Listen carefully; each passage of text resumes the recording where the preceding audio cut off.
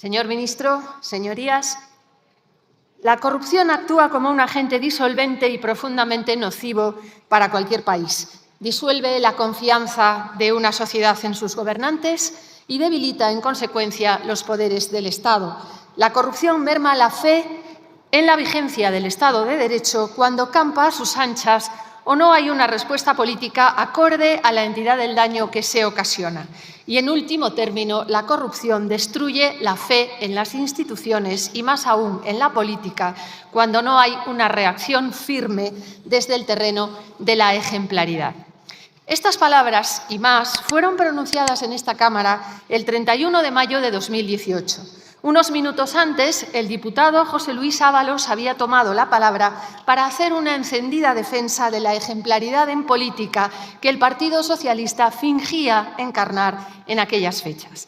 Quien las pronunciaba era el que en aquel momento era el candidato a la presidencia del Gobierno, candidato en una moción de censura que se basó con gran convicción en el rechazo a la corrupción en el seno de la vida política y que prosperó con la promesa de un supuesto comportamiento ejemplar.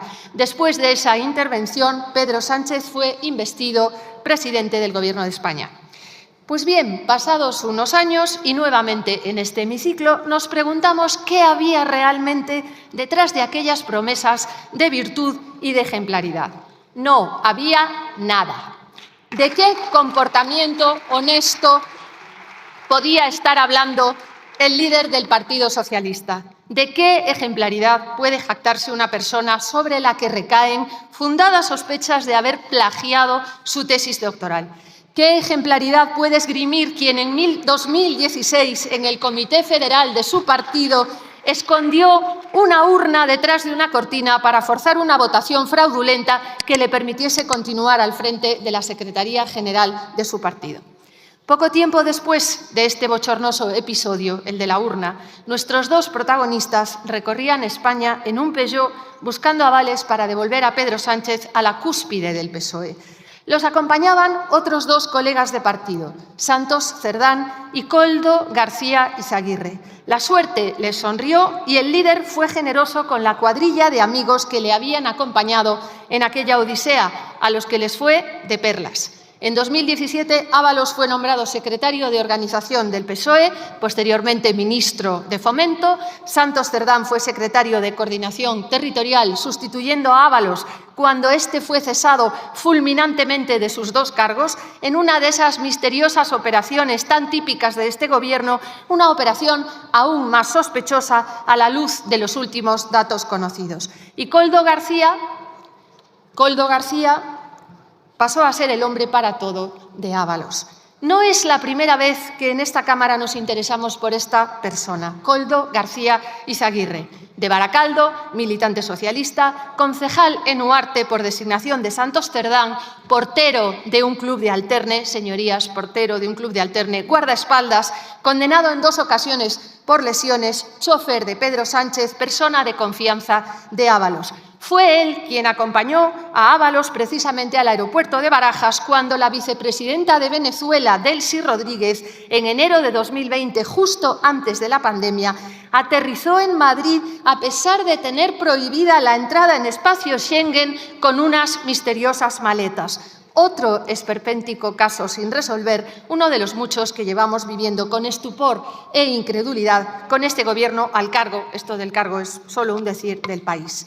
Como esperpéntico es también que este señor Koldo ingresase mensualmente más que el propio presidente del Gobierno entre su salario de hombre orquesta y la pensión de incapacidad total que también cobraba. Señorías, el 14 de marzo del 2020, recién declarado el estado de alarma, en España había un mando único administrativo compuesto de Pedro Sánchez y 4 ministros, Margarita Robles, Fernando Grande Marlaska, José Luis Ábalos y Salvador Illa. El Congreso y el Senado habían cesado su actividad por decisión de sus presidentes. En unos meses de shock, de dolor, de enorme preocupación para los españoles, que veíamos cómo por primera vez en nuestras vidas el Gobierno nos encerraba en casa a causa de un peligroso virus de origen desconocido que causaba una enorme mortalidad y para el que no existía ni tratamiento ni vacuna, las decisiones sobre nuestras vidas estaban en manos de esas 5 personas.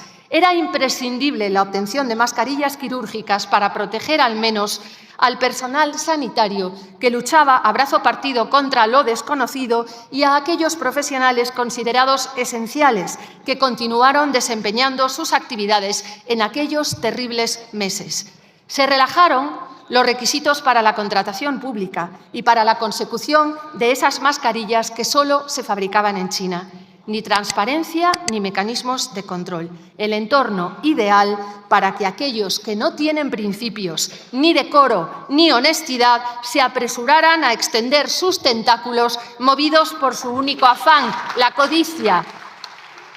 El 20 de marzo, el entonces ministro Ábalos firmó por delegación del presidente del Gobierno una orden ministerial para comprar mascarillas mediante adjudicación directa y con trámite de emergencia, es decir, otorgando los contratos a dedo, como decimos habitualmente, a una empresa de amigos o de amiguetes. Soluciones de gestión y apoyo a las empresas, a la que se adjudicaron varios contratos, el primero en menos de 24 horas, a pesar de que no contaba con ninguna experiencia en gestión de material sanitario ni tampoco operaba hasta ese momento en China.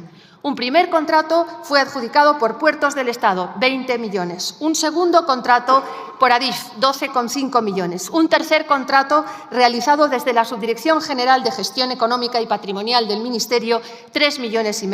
También su ministerio, señor Marlaska, firma con la misma empresa por 4,6 millones de euros a través de la Secretaría de Estado de Seguridad. Pero Soluciones de Gestión extiende también sus contactos a 2 comunidades autónomas, gobernadas casualmente o no por el PSOE, Canarias y Baleares. En una, 4 contratos por 12,3 millones, en la otra por 3,7 millones. En ambos casos, el importe se abona con fondos europeos. Ayer por la tarde supimos de un nuevo contrato en Canarias por 23 millones. La Fiscalía Europea investigará si hubo un mal uso de fondos FEDER para el abono de estas cuantías. En total, 13 contratos por un importe de 53,13 millones, una cantidad que no para de crecer hora tras hora a medida que se van conociendo más detalles de todo este entramado destapado por la Audiencia Nacional y la Fiscalía Anticorrupción, que está investigando al señor Koldo García y otras personas de su familia, cuyo enriquecimiento en estos años pasados podría tener que ver con el cobro de comisiones ilegales en los contratos obtenidos por esta empresa con gobiernos socialistas a un precio muy superior al de mercado. Los 20 detenidos, además, habrían estafado a las administraciones públicas, también proporcionando material defectuoso o no ajustado a lo convenido en los contratos, razón por la cual se presentaron denuncias. Es decir, mientras las familias españolas lloraban a sus fallecidos, de los que no se podían despedir por el confinamiento, o luchaban contra el virus en sus propias personas, unos cuantos del entorno del ministro Ábalos y del Gobierno aprovechaban el caos para llevarse la pasta, entre otros la pasta de su ministerio, señor Marlaska, una nueva condecoración que puede lucir usted ya en su larga lista de reprobables actuaciones como miembro de este Gobierno. El Gobierno ha salido en tromba, negando que tuviese conocimiento de estos hechos, lo mismo que va a hacer usted a renglón seguido, señor Marlaska, y por otro intentando encapsular el problema en el entorno de Ábalos, al que exigieron dejar la presidencia de la Comisión de Interior y su escaño, algo que han conseguido solo a medias. Pero es que el entorno de Ábalos, señor Marlaska, es el entorno de Sánchez, es su entorno también. Si el señor Sánchez hubiese escrito o simplemente leído los 2 libros que se publican con su nombre, sabría al menos que en ellos le dedica encendidos elogios y palabras de cariño a Koldo, guerrillero de corazón comprometido, gigante de la militancia. Son algunas de las cursis referencias a este personaje, no pudiendo negar ahora que no solo lo conoce, sino que formó parte, al menos en esos años, de su entorno más cercano, que quizá ahora y en vista de lo que se va conociendo prefiere olvidar. En ese intento de perimetrar el último incendio que abrasa al Gobierno, decidieron lanzarle un ultimátum a Ábalos, creando ustedes, señor Marlaska, otro problema. Un voto menos en sus filas, un partido más, el partido abalista, que como el BNG tiene un único miembro, pero cuyo voto es imprescindible para conformar su rocambolesca mayoría. Cada día, cada votación, cada enmienda, cada proyecto de ley tendrán ustedes que rogar al señor Ábalos que les vote. Veremos qué tal se les da, porque por ahora la cosa no va muy bien con estos socios tan díscolos, a menos que todo esto, y puede ser, sea un teatrillo y le hayan dicho ustedes al ministro, al exministro, tranquilo, José Luis, tú quédate ahí, que ya se nos ocurrirá algo. Señor Marlaska, como sigan ustedes ahí, así, de esta manera, pronto habrá más ministros en el grupo mixto que en el grupo socialista.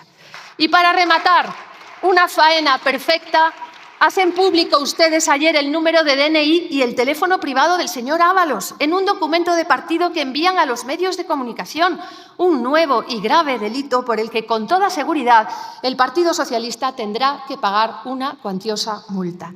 El sábado, el líder del PSOE recordó que quien hace la paga y que en el PSOE hay tolerancia cero contra la corrupción. Si ese mensaje era poco creíble en 2018, cuando el hoy diputado del Grupo Mixto, señor Ábalos, y su candidato, el señor Sánchez, se repartieron a la limón los papeles en la moción de censura, ahora, en 2024, cuando han modificado ustedes el Código Penal para hacer desaparecer el delito de sedición, para rebajar el de malversación, cuando han indultado a condenados por esos mismos delitos, cuando preparan una amnistía a la carta para muchos otros, una clara forma de corrupción, ya que lo que pretenden con esto es comprar los 7 votos necesarios para mantenerse unas semanas o meses más en el poder, es evidente que el crédito se ha agotado.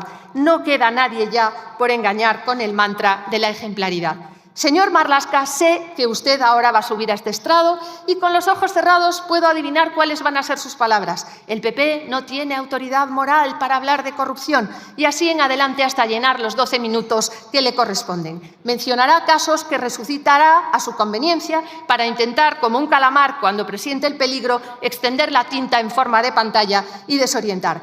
Pero quiero recordarle que está usted obligado a responder a las preguntas. Por favor. Presidente, ahora termino.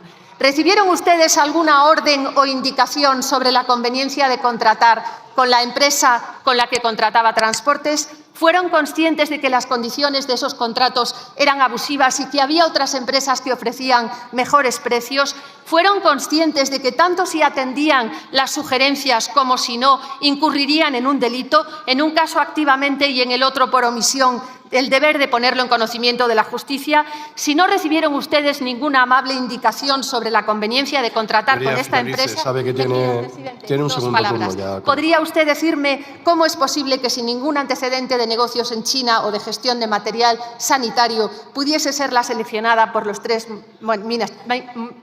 ministerios y las 2 comunidades autónomas mencionadas?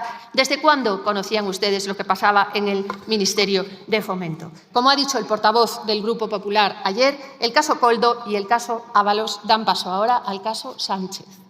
Gracias.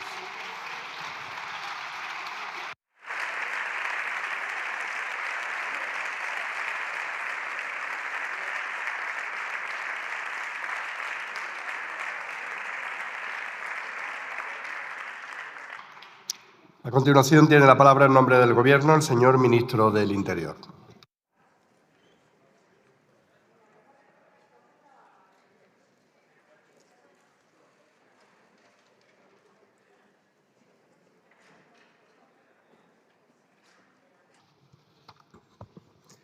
Señor presidente, señorías, señora González Vázquez, esta cuestión, como bien sabemos los que estamos presentes en el hemiciclo, ha sido abordada a lo largo de la sesión en distintas ocasiones.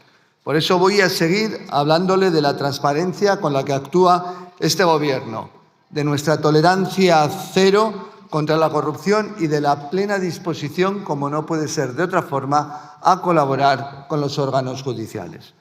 Ustedes, fieles a su estilo, han dejado clara su voluntad de aprovechar el Pleno para sacar rédito político a cualquier precio, olvidando, por supuesto, todos los escándalos que pesan sobre sus espaldas. Ya les he explicado, igual que el resto del Gobierno, los principios en los que se fundamenta la política de este Ejecutivo ante cualquier caso de corrupción. Y como ustedes insisten, pues yo también insisto. Primero, tolerancia cero, y eso conlleva una lucha implacable contra cualquier tipo de corrupción, venga de donde venga, caiga quien caiga. Segundo, colaboración absoluta con la justicia para llegar hasta el final, frente a quienes dificultan la acción de la justicia para frenar las investigaciones. Este Gobierno apuesta por una transparencia absoluta. El que la hace, la paga. Así de fácil, así de sencillo.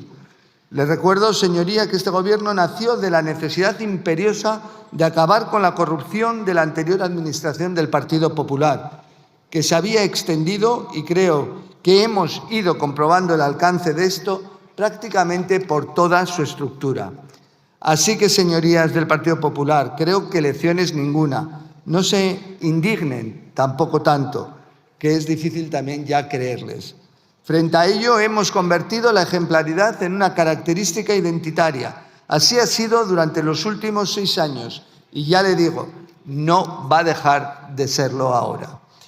Por eso quiero expresar de nuevo mi repulsa absoluta, la repulsa absoluta del Gobierno, clara y sin matices, a todos los casos de corrupción, incluido el que motiva esta interpelación, el supuesto cobro de comisiones de un exasesor del Ministerio de Transportes.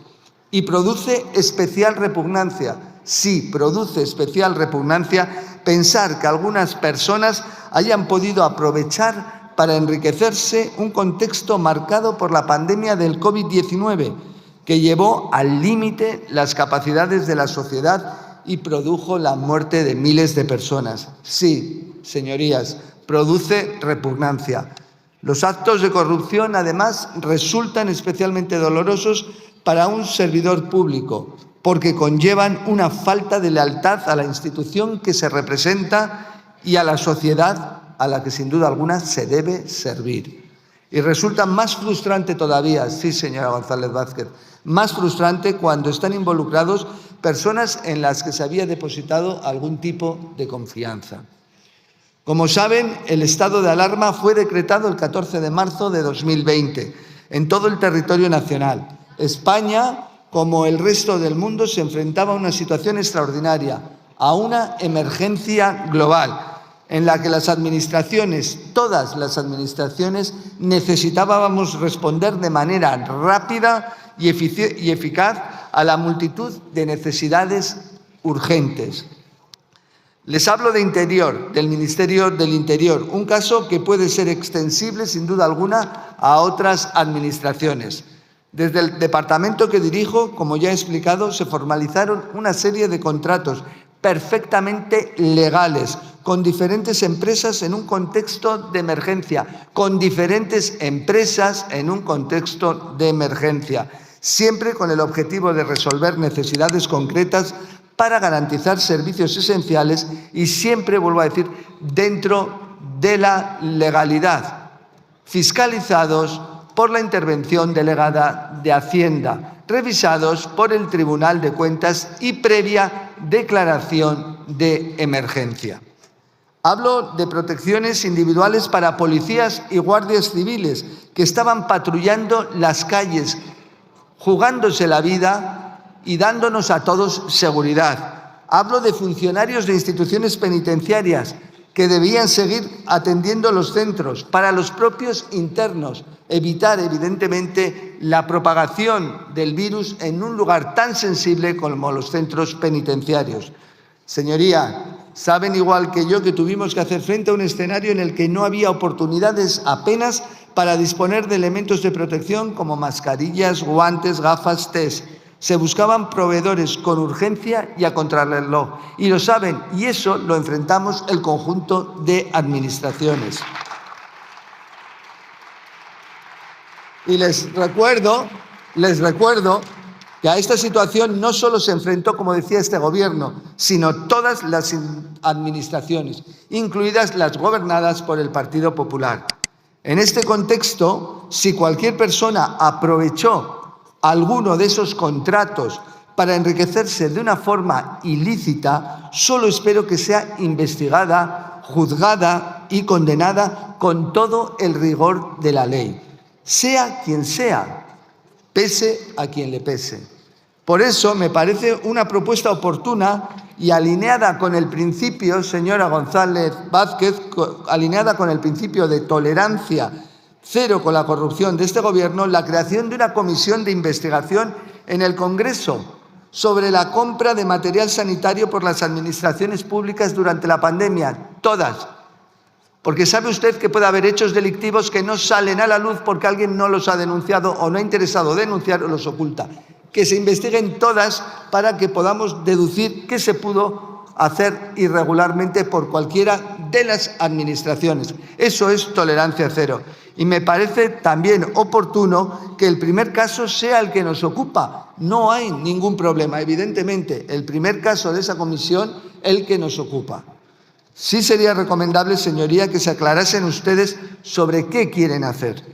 Porque no me parece a mí que el grupo de trabajo en la sede del Partido Popular para el seguimiento de este caso que la señora Gamarra ha anunciado, como le he contestado esta mañana, pueda realmente servir para algo. Y porque resulta, cuando menos curioso, que pocas horas después de proponer el Partido Socialista una comisión en el Congreso, anunciasen ustedes otra, diría que más a su gusto, en el Senado. En fin, señoría, insisto, tolerancia cero con la corrupción, colaboración absoluta con la justicia. Y esto, aunque ahora se hayan puesto de acuerdo para sacar rédito político de esta situación. Sabe que no siempre fue así, que constituye una absoluta novedad si lo comparamos con otros gobiernos del partido equivocado. Señora González Vázquez, se ha equivocado. No he traído aquí casos de corrupción del PP. Este tema tiene la suficiente gravedad y la suficiente entidad para que todos podamos trabajar también en esa comisión de investigación en el Congreso de los Diputados, como ha propuesto el Partido Socialista Obrero Español, para que hablemos y tratemos de todos los temas y de todas las adquisiciones de material sanitario durante la pandemia. Pero le vuelvo a decir, no olviden las situaciones en que todos tuvimos que trabajar para dotarnos de los elementos de emergencia necesarios para nuestros policías, guardias civiles, servidores públicos, sociedad en general, el personal sanitario en primer momento, para garantizar evidentemente la salud de todos. Pero todo bajo el prisma de la legalidad, declaraciones de emergencia, fiscalización de la intervención de Hacienda, intervención delegada, revisión por parte del Tribunal de Cuentas, todo realmente. Si alguien se enriqueció, fuera penalmente responsable o éticamente también responsable, tenemos que analizarlo, tenemos que criticarlo y evidentemente tenemos que hacerle frente. Y siempre en colaboración permanente con la Administración de Justicia. Evidentemente trabajando, llevándoles las pruebas que requieran, solo faltaría, desde luego no destruyéndolas. Vuelvo a decir, tienen ustedes la posibilidad de asumir el reto de participar y aprobar esa comisión de investigación en la sede de este Congreso y no, como le he dicho a la señora Gamarra, ante una situación o una posible conducta susceptible de ser calificada como corrupción o al menos como poco ética, porque cobrar 300.000 euros o casi 300.000 euros por una compra de mascarillas de poco más de 1,5 millones, una comisión de 300.000 euros siendo el hermano de la presidenta de la Comunidad de Madrid y con la Comunidad de Madrid, por lo menos dirán conmigo que eso no es ético. Y si esa persona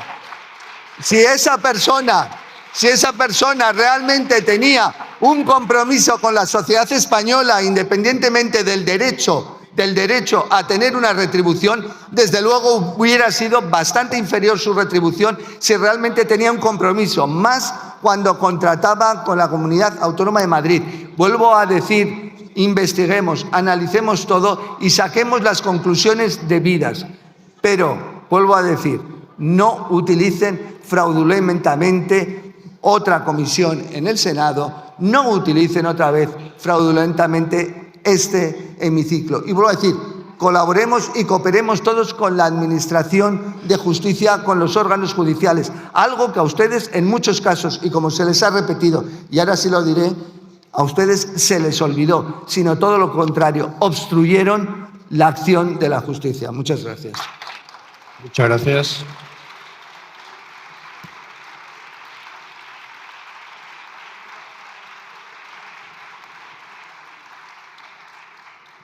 Tiene la palabra la señora González Vázquez.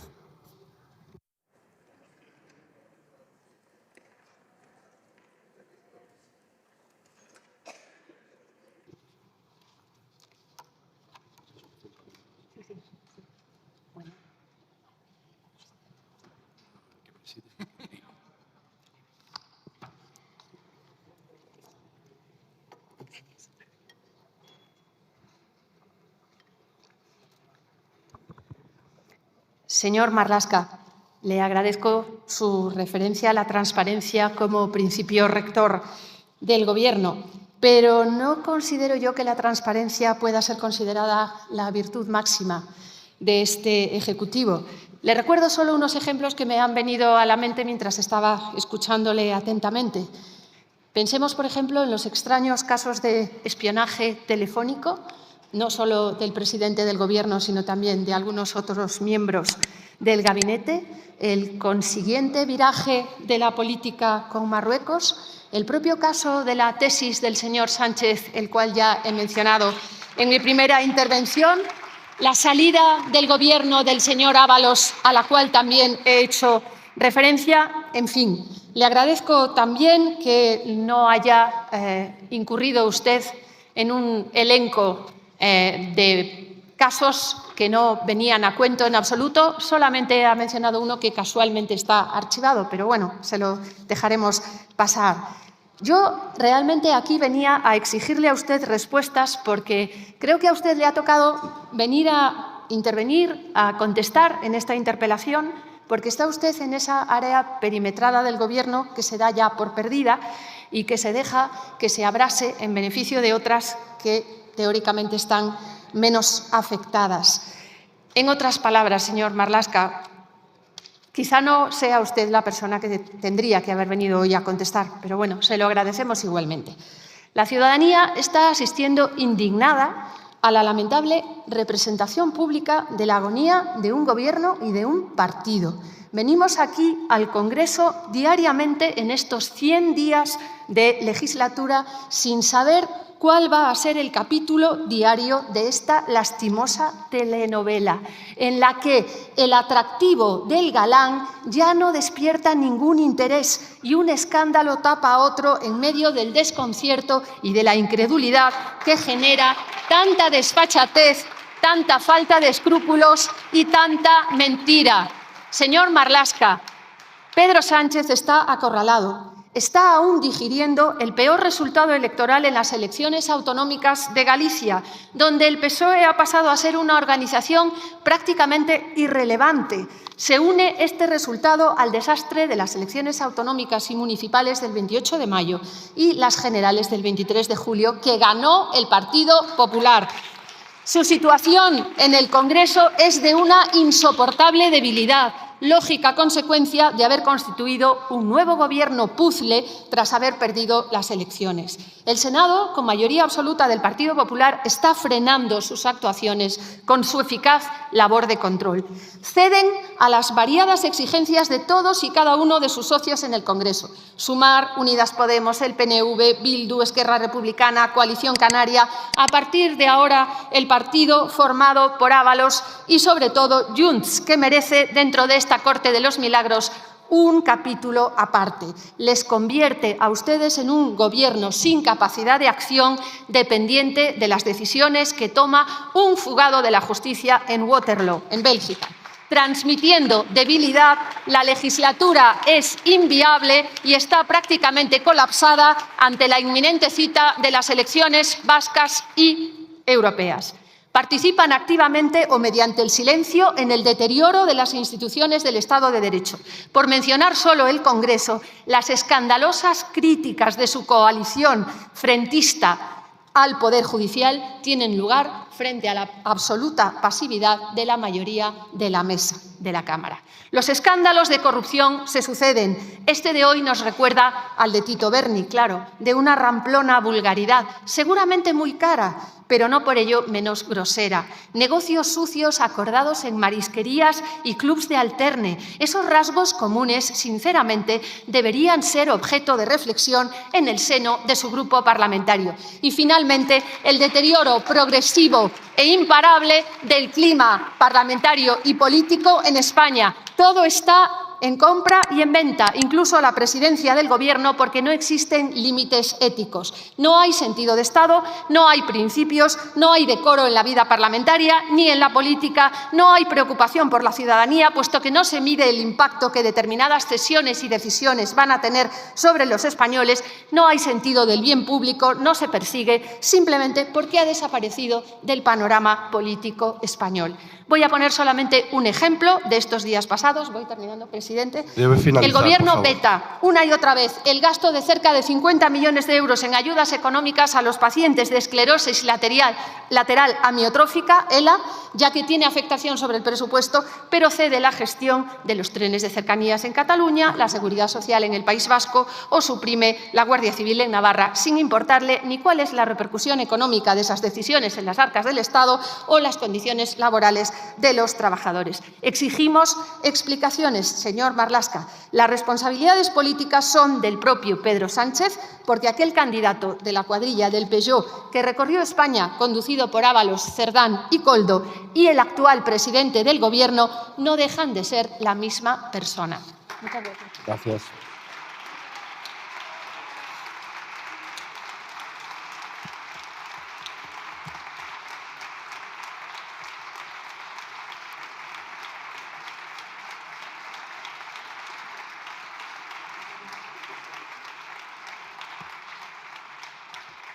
Para concluir el debate, tiene la palabra en nombre del Gobierno el señor ministro del Interior.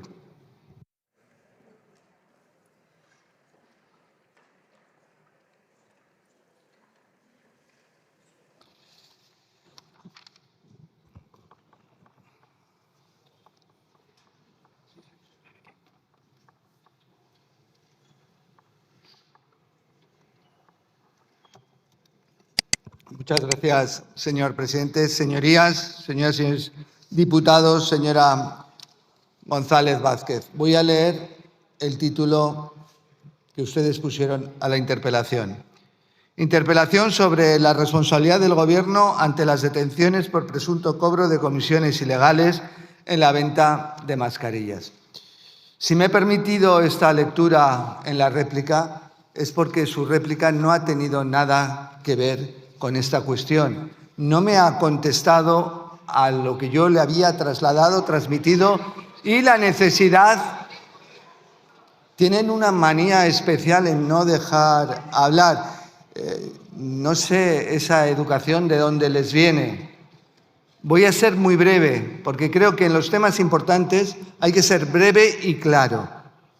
Le digo que está claro que su réplica venía preparada y no hace referencia en modo alguno a la interpelación, por eso le he dado lectura a cuál es el título de la misma. Y eso quiere decir que igual a ustedes no les interesa mucho que podamos formar esa comisión de investigación en el Congreso que la ha propuesto el Partido Socialista para que hagamos referencia a todo lo acontecido en las contrataciones durante uno de los episodios más duros y más trágicos. Porque quizá no les interesa hablar de cómo actuaron ustedes en aquellos momentos, porque igual no les interesa ver ni mirar a la sociedad, a esos más de 7.000 fallecidos en las residencias de Madrid y que no fueron atendidos. Quizás también porque no les interesa hablar de cómo expulsaron al jefe, al presidente del Partido Popular, señor Casado, porque tuvo un impulso de ética en política en su partido y quiso analizar una concreta contratación que afectaba a la presidenta de la Comunidad de Madrid. Pero nosotros sí queremos hablar y no queremos utilizar de una forma hipócrita algún acontecimiento para hacer una política partidista. Y vuelvo a decir que la primera operación que debe analizarse en esa comisión es esta, la objeto de la interpelación. Le he dicho que para el Partido Socialista es tolerancia cero con la corrupción y la tiene que pagar quien la tiene que pagar, y más cuando se cometió en momentos de una debilidad, vamos a decir, generalizada que afectaba a toda la sociedad española, a toda la sociedad internacional. Pero analicemos, no nos vayamos a otros extremos y trabajemos y colaboremos con los órganos judiciales, como lo he expuesto. Quizás a ustedes esto les resulte extraño también, porque ustedes no colaboraron en otros acontecimientos calificados porque eran así de corrupción también, porque no participaron de esa cooperación, sino todo lo contrario, obstruyendo, obstaculizando pruebas. Mire, por eso le decía que voy a ser breve. El Partido Socialista con la corrupción, tolerancia cero. Dejemos que los órganos judiciales trabajen. Proveamos esa comisión de investigación en el Congreso en los términos que he aludido para que podamos sacar conclusiones del conjunto de contrataciones. Pero le vuelvo a repetir, la Administración General del Estado, el Gobierno, actuó en toda la contratación en parámetros de legalidad, en una situación compleja, difícil, con una oferta inexistente casi en el mercado internacional, y todas las administraciones tuvimos que hacer esfuerzos, declaraciones de emergencia, pero siempre en cumplimiento de la legalidad, de la ley de contratos del sector público. Vuelvo a repetirlo, fiscalización de la intervención delegada de Hacienda, revisión por parte del Tribunal de Cuentas, que independientemente de que las administraciones actuamos con la urgencia, la necesidad y, vuelvo a decir, y el principio de legalidad, pudiera existir personas que se aprovecharon con comisiones ilegales, nos abochorna a todos. Pero vuelvo a decir, no pongamos la duda en la Administración General, que actuó en parámetros de legalidad, de urgencia y en un esfuerzo importante en momentos difíciles, para evitar que el virus se propagara, para proteger a nuestra sociedad. Vuelvo a decir, espero que en próximas comparecencias se ocupe del tema objeto de la interpelación y no, evidentemente, de extender bulos que únicamente pueden tener un efecto partidista siempre a corto plazo. A mí me preocupa lo que aconteció durante la pandemia y me preocupa evidentemente, y por eso pido todas las investigaciones necesarias y precisas para poner luz en lo que no lo tenga. Creo que a ustedes ni en este caso ni en ningún otro les interesa. Solo les interesa la utilización política partidista. Ustedes son políticos de corto recorrido. Muchas gracias. Muchas gracias, señor ministro.